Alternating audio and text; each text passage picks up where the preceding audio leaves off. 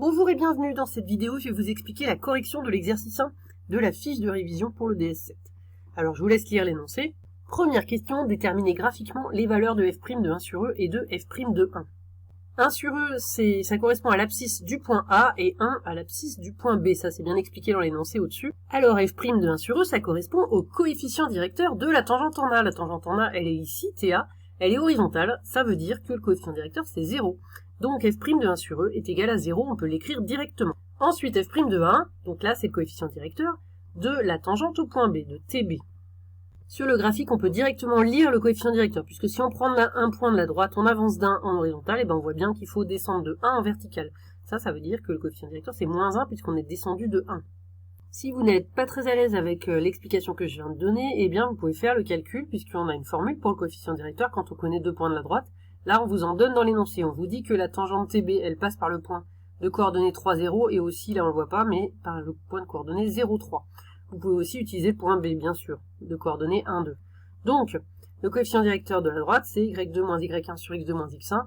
Donc, comme j'ai dit, vous avez le choix entre point de coordonnées 0, 3, 0, 3 il est là-haut, 3, 0 et 1, 2. Bon, là, j'ai pris 3, 0 et 0, 3. Voilà, donc on obtient moins 1 comme coefficient directeur, ce qui veut dire que f' de 1, puisque il s'agit bien de la tangente au point d'abscisse B, au point d'abscisse 1, point B.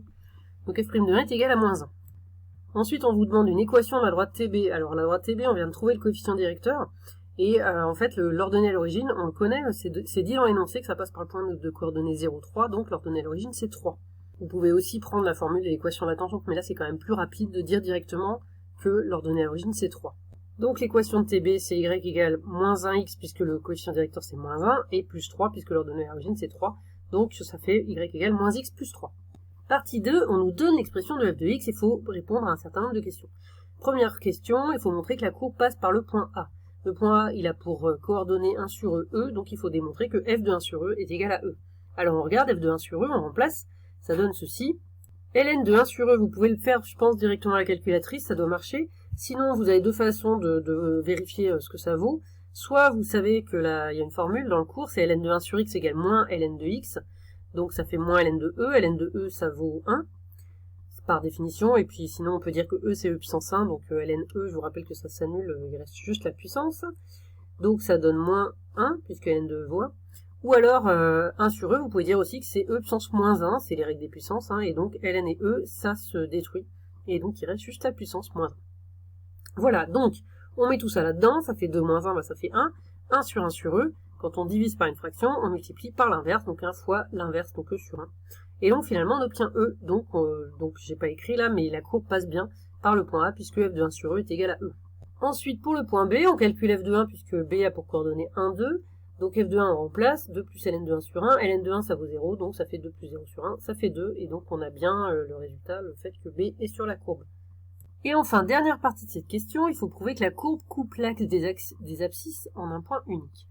Alors, quand est-ce que la courbe coupe l'axe des abscisses? Eh bien, lorsque f de x égale à 0, lorsque y vaut 0. Donc, on remplace, ça fait 2 plus ln de x sur x égale à 0. Une fraction, c'est égal à 0 quand le numérateur est égal à 0. Donc ici, 2 plus ln de x égale à 0. On résout cette équation, ça fait ln de x égale moins 2. Pour enlever ln, on passe à l'exponentielle de chaque côté. Exponentielle ln, ça se détruit, donc il reste x égale e au carré, et donc effectivement on a trouvé une seule solution, donc un seul point d'intersection de coordonnées e au carré, et donc l'ordonnée c'est 0, puisque c'est sur l'axe des abscisses. Question 2, les limites. Alors quand x tend vers 0, en haut au numérateur on a ln de x, ça tend vers moins l'infini, donc 2 plus ln de x aussi, et au dénominateur ça tend donc vers 0, par valeur supérieure, donc vers 0 en étant positif. Ça n'est pas une forme indéterminée, moins l'infini divisé par 0, mais souvent vous avez du mal à le voir, donc je vous l'écris autrement pour que ce soit plus clair. Mais encore une fois, l'infini divisé par 0 n'est pas indéterminé, ça fait l'infini. Et après on regarde bien les signes. Donc je vous l'écris comme ça pour que ce soit plus clair, je pense. Donc 2 plus ln de x sur x, c'est pareil que 2 plus ln de x fois 1 sur x. ln de x, je l'ai déjà dit, ça tend vers moins l'infini en 0. Donc plus 2, ça change rien, ça tend toujours vers moins l'infini. 1 sur x, en 0, j'ai précisé x positif. Donc 1 sur x, ça tend vers plus l'infini. Si on était sur x négatif, évidemment, ça tendrait vers moins l'infini. Mais ici, on est sur x positif. C'est ça que ça veut dire par valeur supérieure. Donc finalement, on a cette parenthèse qui tend vers moins l'infini, ceci qui tend vers plus l'infini, donc par produit, l'infini fois l'infini, ça fait l'infini, et comme il y a un moins, ça fait moins l'infini. Limite en plus l'infini maintenant, là on a au numérateur 2 plus ln de x, ça tend vers plus l'infini, x aussi tend vers plus l'infini, ça c'est indéterminé. Mais c'est pas très compliqué de se ramener à une limite du cours, ln de x sur x, qui est donc connue grâce aux croissances comparées. Donc simplement j'ai séparé dans la fraction 2 sur x plus ln de x sur x. 2 sur x, ça tend vers 0 en plus l'infini. Limite ln de x sur x, c'est donc une limite du cours, c'est x qui l'emporte. Ça fait 0. Donc 0 plus 0 par somme. La limite de f de x est égale à 0 en plus l'infini.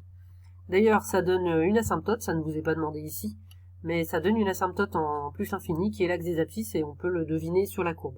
Troisième question, il faut calculer la dérivée de f, donc c'est un quotient du type u sur v, donc on prend la formule u'v moins uv' sur v carré. Alors, u c'est 2 plus ln de x, donc u', la dérivée de 2 c'est 0, donc ça n'apparaît pas, et la dérivée de ln de x c'est 1 sur x, donc ici 1 sur x c'est le u'. Fois v, bah du coup v c'est x, donc fois x, moins ensuite donc u, donc j'ai réécrit entre parenthèses le u ici, 2 plus ln de x, et fois v', donc v' c'est la dérivée de x, qui donne donc 1. Et donc au dénominateur, v carré, donc ici x carré. Ensuite, 1 sur x fois x, eh bien ça se simplifie, il reste 1. Et puis là, on a x1 toute la parenthèse, donc ça ne change rien. Mais comme il y a un moins devant la parenthèse, il faut bien changer chaque signe par contre. Donc moins 2, moins ln de x, et ensuite 1 moins 2, ça fait moins 1. Donc on obtient bien le résultat annoncé. Question 4, dresser le tableau de variation de f. Maintenant qu'on a calculé la dérivée, on cherche donc le signe de cette dérivée. Alors on a un numérateur, un dénominateur, le dénominateur c'est x carré, donc toujours strictement positif sur 0 plus l'infini, donc f' de x est du signe du numérateur, c'est-à-dire moins 1 moins ln de x. Ça, le signe c'est moins évident, donc on cherche, on écrit par exemple quand est-ce que c'est strictement positif.